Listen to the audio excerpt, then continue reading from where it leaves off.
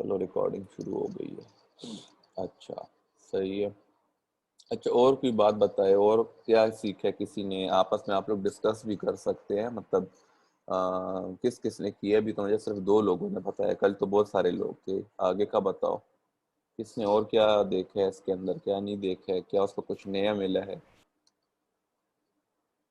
आवाज नहीं आ रही मुझे, एमन को आवाज नहीं आ रही। क्यों नहीं आ रही है एमन को आवाज?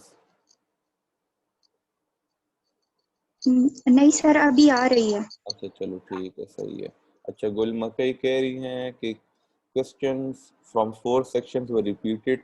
कॉलोनाइजेशन से, सिविल वॉर से, सिविल राइट्स मूवमेंट्स और पाक यूएस रिलेशन से। मैंने आपको कहा ना, पाक यूएस रिलेशन जो है, ये अगर आप कर लेती है तो बहुत ज्यादा जरूरी है। ये आप लोग सिर्फ यूएसए हिस्ट्री के पेपर में तो एक आध सवाल इससे आता है, लेकिन इतना जरूरी है कि ये आपको आपके ऐसे में भी हेल्प कर सकता है।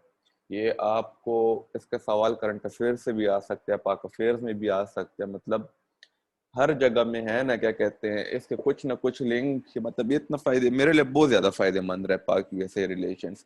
और इसके ऊपर लोगों ने पूरी, इसके ऊपर बहुत अच्छी अच्छी किताबें भी हैं। हमें एक हमारे सर ने रिकमेंड की थी, डिसएन्चांटेड एलाइज कुछ इस किस्म की। खैर वो मैं पढ़ तो नहीं सका, लेकिन मैंने अपनी रिसर्च जो है वो पूरी की थी पाक यूएस रिलेशंस के ऊपर। करंट अफेयर्स में मैंने कवर किया था।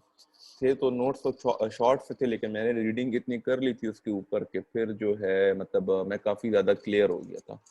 तो पाक यूएस रिलेशंस किसी ने पढ़ा हुआ है अभी तक, मतलब कुछ पता है उनको उसके बारे में कि नहीं? मतलब आप लोगों ने नहीं कवर किया है करंट अफेयर्स में? नहीं सर, अभी तक नहीं किया। अच्छा चलो ठीक है, ये हम कर लेंगे, ये बहुत ज़्यादा ज़रूरी है। ठीक है, क्योंकि अगर उस पर्सपेक्टिव से सवाल आता है तो वो भी फिर हम लोग कर सके ना। तो अच्छा, ये हो गया। अच्छा, और कोई बताए क्या, मतलब कुछ नया मिला हो या पुरानी सब कुछ था क्या?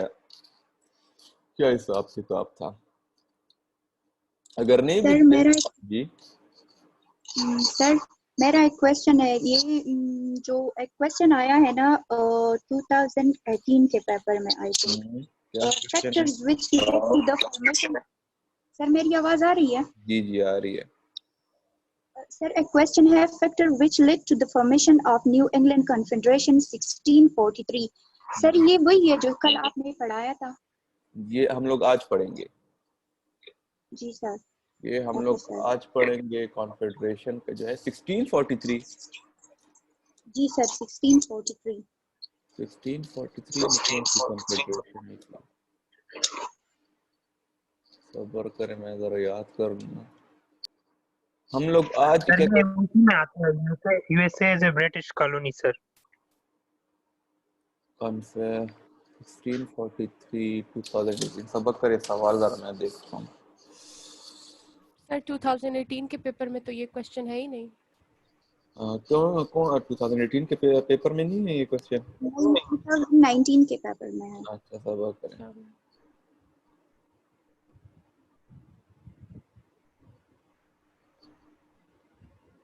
ये शायद मुझे लगता है हमने आज पढ़ना है, क्योंकि कॉन्फेडरेशन का जो किस्सा है ना, ये आज की कहानी है। ये जो आज हमने पढ़ना है ना। Sir, the question is, what were the factors which led to the formation of New England Confederation of Massachusetts Bay, Plymouth, Connecticut and New Haven colonies in 1643? Sir, ये वो कल वाला ही है शायद। ये कॉलोनाइजेशन से था, ठीक है। Colonization से है ये जी। कॉलोनाइजेशन से है 1643, लेकिन ये अब ये देखो, ये वो डिटेल वाली बात है, ठीक है ना। ये हाँ, ये मुझे याद है। ये क्वेश्चन जो है ना, ये 2-3 बार रिपीट हो चुका है। और ये 19 में ये शायद 19 में आए हुए, सब्र करें। हाँ, what were the factors which led to the formation of New England Confederation of Massachusetts Bay, Plymouth, Connecticut and New Haven colonies in 1643? ये है तो हाँ, ये उसी क्या कहते हैं उसका है, लेकिन ये डिटेल वाली बात। और ये मैंने आप लोगों के साथ मैंने सोचा था कि कॉलोनाइजेशन में फिर हम लोग आगे जाके ये वाला सवाल जो है ना, ये लोग हम करेंगे भी। आप लोगों ने कल रीडिंग वगैरह की है कि नहीं की है? जी सर, की है। अच्छा, की है। कहाँ तक की है? सर वही चैप्टर जो आपने पढ़ाया था वही पढ़ा है चलो सर। ठीक है। तो उसमें आपको इस चीज का आंसर मिला है कि नहीं मिला है? नहीं सर, आई वाज कंफ्यूज्ड। ठीक है, क्योंकि ये आगे मुझे ये सवाल है नहीं, मुझे अच्छी तरह याद है। एक ये सवाल है, और एक आप लोगों ने एक दूसरा सवाल देखा होगा, what were the differences between Jeffersonian democracy and Jacksonian democracy, कोई इस किस्म का सवाल है, वो भी 2-3 बार जो है ना रिपीट हो चुका है। और ये वाले जो सवाल थे मैंने सोचा था मैं आप लोग से डिस्कस करूंगा, लेकिन क्योंकि ये मुझे जब मैं तैयारी कर रहा था तो उस वक्त जो था मतलब मुझे समझ नहीं आ रही थी कि कौन सी कॉन्फेडरेशन की लोग बात करें, मतलब इसकी मुझे कोई खास मालूमदार और मुझे कोई डिटेल नहीं मिली थी। तो जब आप लोग कॉलोनाइजेशन जब फेयर करें या कर जिसने भी नहीं किए तो वो लोग जरा ये चीज़ देख ले कौन से कॉन्फेडरेशन की बात करें, क्योंकि मैं जिस कॉन्फेडरेशन को जानता हूँ ना तो वो कॉन्फेडरेशन जो है वो आज आज हम लोग पढ़ेंगे कि कैसे इन लोगों ने जो है ना कहते अल्बानी कांग्रेस बनाई है, कॉन्फेडरेशन में एक आए हैं। ये 3-4 जो है New England confederation of Massachusetts Bay, Plymouth and Connecticut and New Haven colonies. इसके खैर चलो अगर ये ना भी हुआ तो अगर तुम लोगों का कोई एम्बिग्यूटी है इसमें तो इसके ऊपर रिसर्च करके इसको आंसर करने की कोशिश करेंगे। ठीक है, ये किसने बात की थी ये वाली?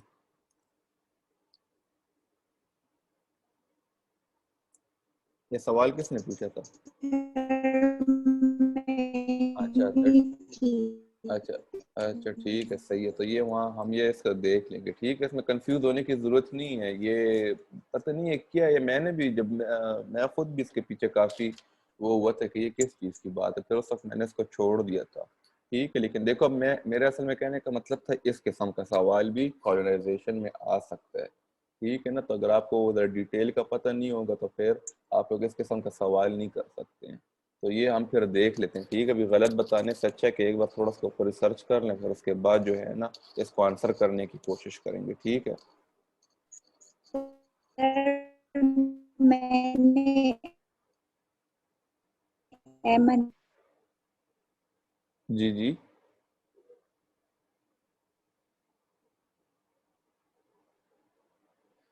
अच्छा, आवाज आ रही है मेरी सबको? जी जी सर सर, आ रही है।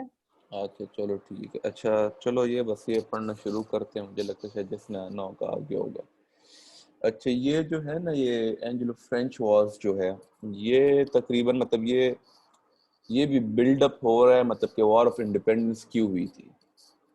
ठीक है ना, कि वॉर ऑफ इंडिपेंडेंस क्यों हुई थी, मतलब चलो मैं जरा कल से लेकर चलता हूँ। मेरा एक दोस्त उसने आज ज्वाइन किया साकिब ने, तो थोड़ा उसको थोड़ा अंदाजा हो गया ना कि क्या मतलब हमने कल क्या पढ़े।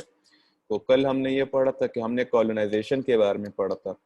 ठीक है, हमने कॉलोनाइजेशन के बारे में पढ़ सके कैसे कॉलोनीज जो थी किस तरह अमेरिका को कॉलोनाइज किया गया था डिफरेंट यूरोपियन पावर्स ने। यूरोपियन पावर्स क्यों कॉलोनाइज करते थे उस वक्त? क्योंकि वो एक दूसरे के साथ एक टसल ऑफ पावर में थे।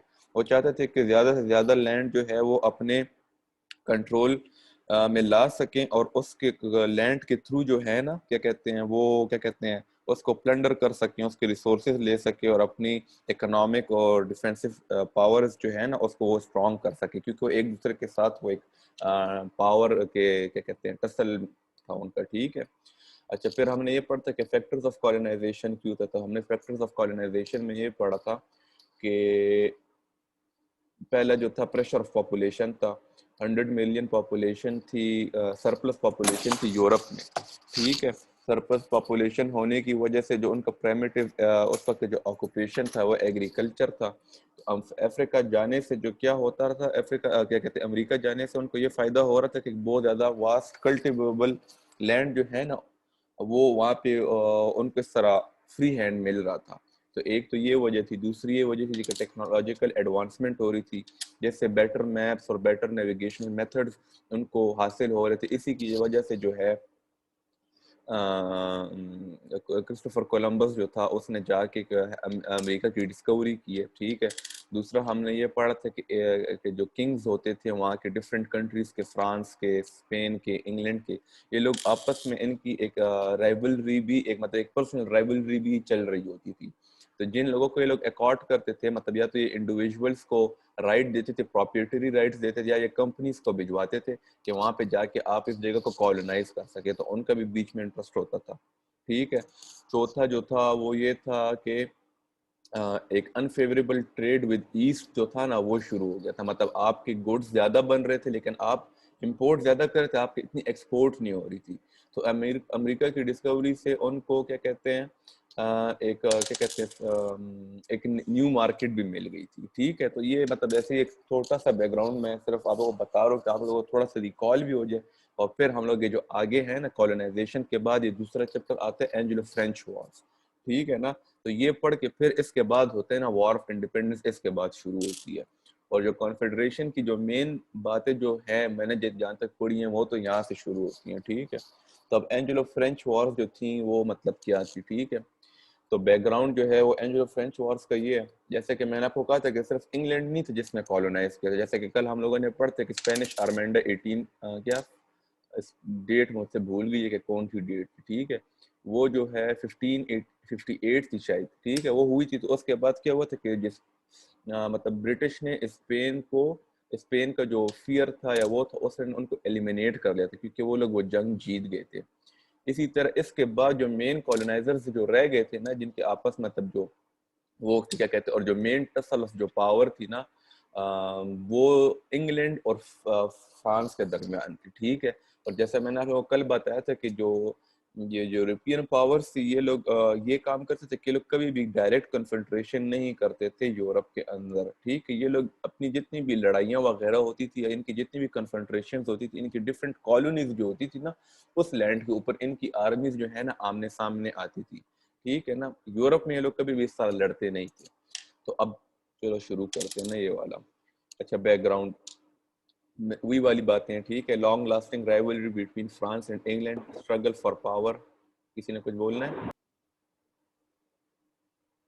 अच्छा, struggle for power, personal hostility between the Kings, religious factor में अब जो फ्रेंच थे वो ट्रेडिशनल कैथोलिक्स थे और ब्रिटिश जो थे वो प्रोटेस्टेंट थे। जिस तरह मैंने बताया था आपको कि वो एक एनलाइटमेंट का पीरियड चला था जिसमें जो क्या कहते हैं क्रिश्चियनिटी जो है वो दो ग्रुप्स में डिवाइड हो गई थी। जो कंजर्वेटिव्स थे या जो बहुत पक्के क्रिश्चियंस थे वो कैथोलिक्स रह गए थे, और जो रिफॉर्म्स चाह रहे थे वो प्रोटेस्टेंट्स रह गए थे, प्रोटेस्टेंट्स बन गए थे। तो इस लिहाज से जो फ्रेंच जो थे ना वो ज्यादातर उसमें ट्रेडिशनल कैथोलिक्स थे, और ज्यादा से ज्यादा लोग जो है ब्रिटिश में वो रिफॉर्मिस्ट या प्रोटेस्टेंट्स बनते जा रहे थे। ठीक है, फिर देखें नो डायरेक्ट कन्फ्रंट्रेशन।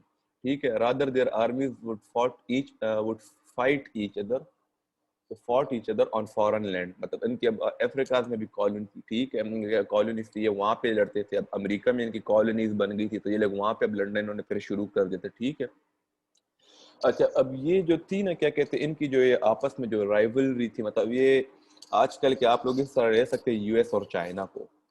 ठीक है ना, मतलब जैसे अब यूएस और चाइना एक दूसरे के पीछे लगे हुए हैं ना, मतलब कि वो सुप्रीमेसी लेने चाहते हैं पावर की। तो उस वक्त के मतलब आप लोग इस तरह ले लें कि मतलब ये जो है ना क्या कहते हैं उस वक्त के यूएस और चाइना है। ठीक है, अब ये एंग्लो फ्रेंच वॉर। अच्छा, अब ये इस तरह होता था कि अमेरिका में नहीं है, in America early wars were followed by treaties. अब मैंने यहाँ पे एक क्या कहते हैं वॉर का लिखा है जो कि मोस्ट इंपॉर्टेंट है। क्वीन एन्स वॉर थी 1702 to 1714, और ये इसको क्या कहते हैं इस वॉर को खत्म करने के लिए या चीजों को थोड़ा नॉर्मल लाने के लिए जो इन लोगों ने ट्रीटी की थी ना, ट्रीटी ऑफ यूट्रेस्ट, तो वो ये थी। ठीक है, लेकिन इन लोगों ने सिर्फ ये एक वॉर नहीं लड़ी थी, इन लोगों ने तकरीबन 4-5 जंगें उस वक्त लड़ी थी। लेकिन हर जंग का ये होता था कि हर जंग इनके दरमियान जब होती थी ना उसके बाद ये एक ट्रीटी कंक्लूड करते थे जिसकी वजह से वो वॉर जो है ना वो खत्म हो जाए। उसके अंदर फिर ये एक दूसरे के साथ कुछ ना कुछ कंपनसेशंस करते थे ना, मतलब अमेरिकन लैंड के ऊपर कि चलो ये जगह मेरी होगी, जो जीता था उसके हिसाब से। ठीक है, तो वो जो 2-3 वॉर्स है ना, जब आप लोग माजूमदार पढ़ेंगे कोई भी अच्छी बुक पढ़ेंगे ना, तो वो वहां पे भी वो जब आपके सामने आए तो आप अपने साथ नोट करो। लेकिन उसमें जो मोस्ट इम्पोर्टेंट जो वॉर है ना क्या कहते हैं ये बैकग्राउंड के लिहाज से। ठीक है, 7 ईयर ये सब हम लोग अब पढ़ने लगे। 7 ईयर्स वॉर जो एंग्लो फ्रेंच वॉर है ना 7 ईयर्स वॉर इसे कहा जाता है। लेकिन उससे पहले जो मेन वॉर थी ना वो क्वीन एन्स वॉर थी 1702 to 1714, which was followed by the Treaty of Utrecht 1713। ठीक है, 1713 ये डेट्स हैं इसकी, which said that the Iraqi Indians were subject of Great Britain, residents of Ohio Valley. This war was fought over the control of Ohio Valley and fur trade. ठीक है, ये जो 7 year war से पहले जो queen एन्स war जो थी ये देखें तकरीबन 12 साल चली थी। ठीक है, और ट्रीटी ऑफ यूट्रेक्ट जो थी मतलब ये फिर इंग्लैंड जीत गई थी। ठीक है। तो उन्होंने इन लोगों ने ये आपस में कंपनसेट किया, तो ये ओहायो वैली और उसके अंदर जो फर ट्रेड थी ना उसके ऊपर, मतलब इन लोगों के आपस में क्या कहते हैं क्लैशेस थे, ठीक है ना। तो वो उसकी वजह से इन लोगों ने वॉर लड़ी थी। तो जब इंग्लैंड ये वॉर जीत गई तो उन लोगों ने जब ट्रीटी में ये इन लोगों ने कहा था कि जो ओहायो वैली है ना, क्या कहते हैं इसके जो ये रेजिडेंट्स इराकिस इंडियंस जो कि वहाँ के लोकल थे, वो जो है ना क्या कहते हैं वो सब्जेक्ट्स हैं ग्रेट ब्रिटेन के, ठीक है। तो बैकग्राउंड में आप लोगों ने सिर्फ इतनी बात याद रखनी है कि ये मतलब इसके आगे जाके आपको इंपॉर्टेंस पता चलेगी कि क्वीन एन्स वॉर और ये ट्रीटी ऑफ यूट्रेक्ट और इसका जो ये क्लॉज है ना, तो ये इतना इंपॉर्टेंट क्यों है, ठीक है ना। वो इसके ऊपर इन लोगों ने फिर अपना क्लेम्स करना शुरू कर दिए थे। तो ये है बैकग्राउंड 7 ईयर्स वॉर का, ठीक है। कल हमने पढ़ा कॉलोनाइजेशन, आज हम लोग पढ़ रहे हैं Anglo French war. Anglo French war में जो मेन बातें हैं बैकग्राउंड के लिहाज से वो ये है कि फ्रांस और इंग्लैंड की स्ट्रगल ऑफ पावर थी, पर्सनल हॉस्टिलिटी थी किंग्स के दरमियान, एक रिलीजियस फैक्टर भी था, ठीक है। और दूसरा ये था कि मतलब वो लोग जब लड़ते थे यूरोप में नहीं लड़ते थे, वो अपनी कॉलोनीज में जो है ना डायरेक्ट कन्फेडरेशन की कॉलोनीज में होती थी। उन लोगों ने 3-4 वॉर इससे पहले भी लड़ चुके थे, लेकिन उनका कुछ इतना डिसिसिव या इतनी इंपॉर्टेंट नहीं थी वो 7 ईयर वॉर के लिहाज से। जो इम्पोर्टेंट थी ना तो वो एक क्वीन एन वॉर थी, और इसके साथ ये जो ट्रीटी ऑफ यूट्रेक्ट है ना ये इम्पोर्टेंट है। अब यहाँ तक अगर कोई सवाल हो या कुछ समझ ना आई हो तो पूछ लो।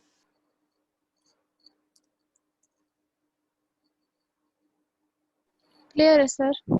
अच्छा ठीक है, सही है, सबको क्लियर है। The free meeting will end in 10 minutes. The host needs to upgrade to a paid account. अच्छा, अब क्या करें, यहाँ पे स्टॉप करके फिर नई मीटिंग में बना लूँ, क्योंकि 10 मिनट बाद तो ये तो रुक जाएगी।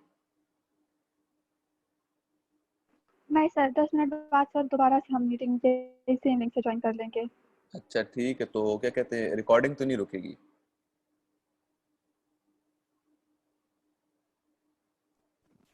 सर ये जो है ना ये फ्री सेशन होता है, ये स्टॉप हो जाता है और इसका लिंक दोबारा नहीं ओपन होता। ये उस तरह नहीं है कि ये एक ही लिंक कंटिन्यू रहेगा। वो आपके लैपटॉप से होता था आई थिंक, कि जिसने भेजा है ना तो उसके पास ये प्रो वर्जन नहीं था ना जूम का, तो इसका ये सेशन एंड हो जाएगा। अच्छा तो मतलब मैं, अच्छा चलो वैसा, अच्छा इतनी यहाँ तक आप वो बात समझ आ गई? अगर यहाँ तक अगर किसी को कोई सवाल है तो अगर मुझसे आप पूछ लें, आप किसी का कोई भी सवाल हो अगर इन बातों की आपको समझ ना आई हो कि मैंने क्या कहा।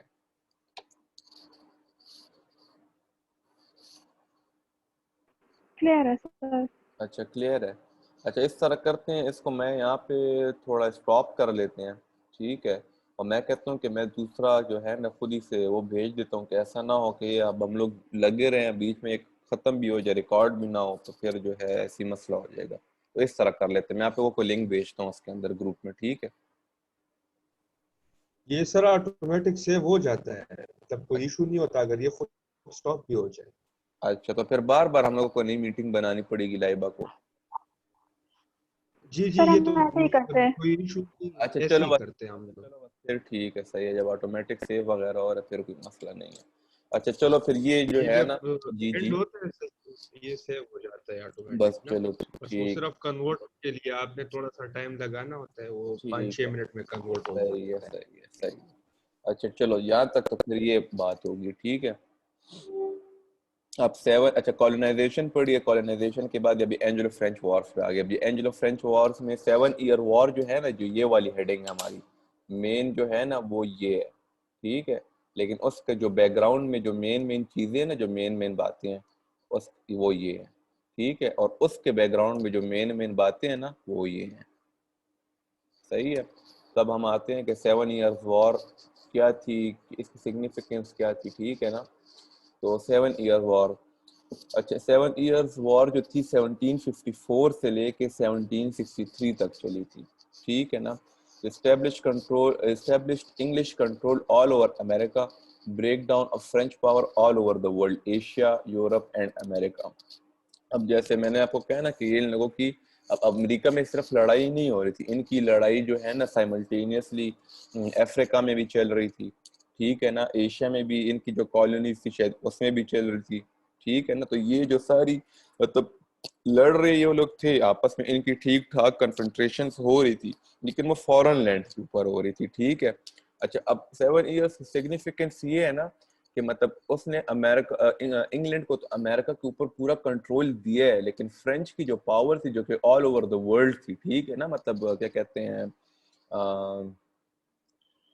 जैसे अब आजकल का कोई ऐसा आप मुल्क उठा लें कि जैसे अब एक जैसे कोल्ड वॉर का आप एक वो ले लेना, एक सिनेरियो ले ले। कोल्ड वॉर में क्या था कि अब डायरेक्ट कन्फ्रंटेशन तो वहाँ पे भी रशिया और अमेरिका अमेरिका की नहीं हुई थी, लेकिन अमेरिका फिर भी कोल्ड वॉर जीत गया था, कभी एक तरीके से, कभी कहीं पे उनको डिफीट्स मिली है, कहीं पे उनको क्या कहते हैं जीत हुई है उनकी, ठीक है। लेकिन करते कराते आखिर में जब अमेरिका जो है उसको कोल्ड वॉर का विनर कहा जाता है ना, कि मतलब कोल्ड वॉर जो है अमेरिका जीत गया था और उसकी वजह से रशिया की जितनी भी पावर थी ना वो सारी की सारी टूट गई थी, मतलब क्या कहते हैं वो खत्म हो गई थी एक किस्म की, ठीक है। तो इसी तरह इस वॉर की वजह से क्या हुए, 7 ईयर वॉर की वजह से जो कि अमेरिका में हुई थी, अमेरिका में हुई थी, ठीक है ना, उससे ये हुआ था कि इंग्लिश का जो कंट्रोल था मतलब वो ऑल ओवर अमेरिका, एक तो वो आ गया था, दूसरा ये हुआ था तो फ्रेंच की जितनी पावर थी, मतलब जितनी ऑल ओवर द वर्ल्ड उसकी जो कॉलोनीज वगैरह थी, उसमें वो जो उसकी जो पावर्स वगैरह थी मतलब वो टूट गई थी, ठीक है, जो पावर थी उसकी। अच्छा, कॉजेस जो था, कॉजेस जो मेन कॉज था ना इस वॉर का वो ये था कि डिस्प्यूट था ओहायो वैली के ऊपर, ठीक है ना। अब फ्रेंच ये क्लेम करते थे कि उन लोगों ने इस रीजन को डिस्कवर किया, ठीक है, और वो इस क्या कहते हैं इस ये जो ओहायो वैली था ना, इसको इसलिए इसको ये क्या कहते हैं कंस्ट्रक्शन ऑफ फोर्ट्स के जरिए नहीं है, इसको कंट्रोल करते थे वो, अपना कंट्रोल इसके ऊपर इन लोगों ने सर रखा था कि इन लोगों ने यहाँ पे फोर्ट्स बनाए हुए थे, ठीक है ना, कंस्ट्रक्शन ऑफ फोर्ट्स की हुई थी। अच्छा, इंग्लिश क्लेम्स ये थे, इंग्लैंड ये कहता था कि एक हमारे पास रॉयल चार्टर है, हमें हमारे किंग ने जो है रॉयल चार्टर दिया है ओहायो वैली के लिए, ठीक है।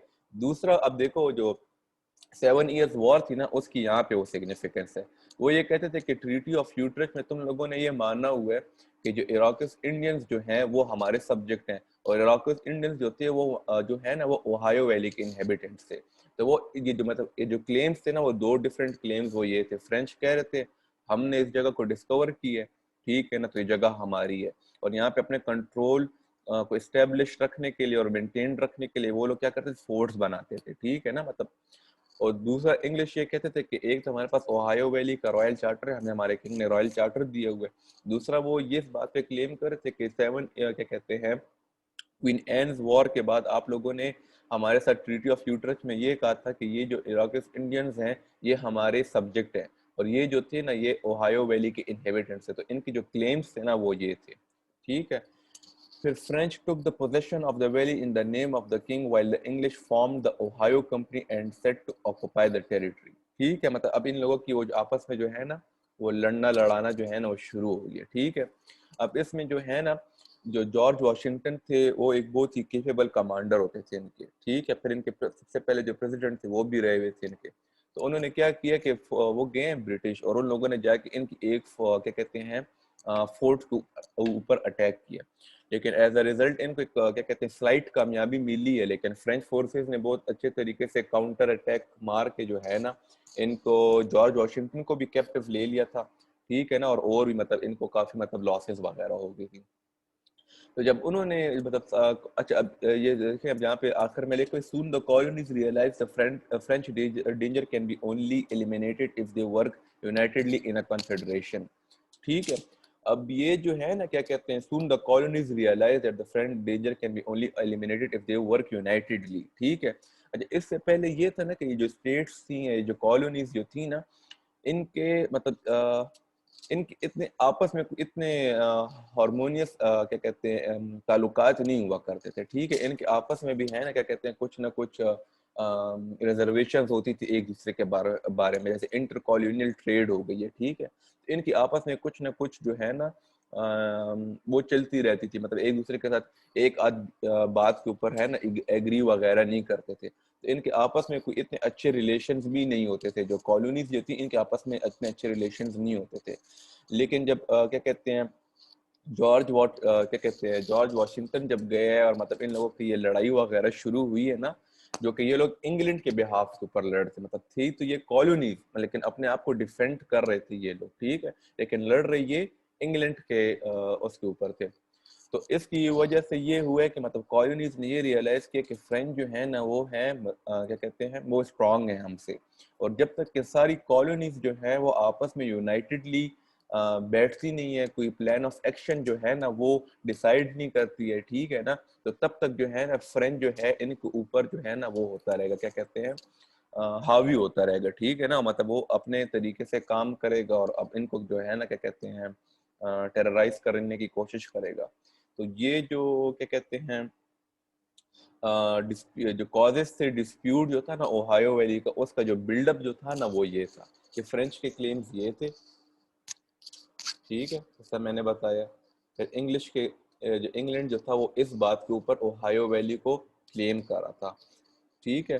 फिर ये इसका थोड़ा बहुत जो है ना बिल्डअप हुआ है, इनकी जो आपस में लड़ाई वगैरह हुई है, और फिर उससे जो रियलाइजेशन जो हुई है ना वो ये हुई है कि मतलब इनको एक यूनाइटेडली इनको एक कन्फेडरेशन में काम करना चाहिए, ठीक है ना, फ्रेंच फोर्सेस के खिलाफ। अब कॉलोनीज यूनाइट हो रही थी फ्रेंच फोर्सेस के खिलाफ, लेकिन ये लड़ाई जो थी ना वो मेनली इंग्लैंड और फ्रांस की थी, ठीक है ना, मतलब ये कॉलोनीज वर्सेस अब फ्रांस इसलिए बना क्योंकि कॉलोनीज जो थी ना ये जो थी इंग्लैंड की कॉलोनीज थी, वो इंग्लैंड के लिए लड़ रहे थे, मतलब they were fighting on behalf of their king, ठीक है ना। तो ये जो सारी बातें हैं मतलब ये कॉजेस था, और ये जो है ना ये बड़ी बड़ी बातें हैं 7 Years वॉर की।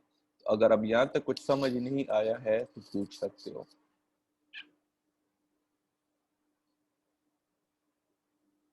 हेलो।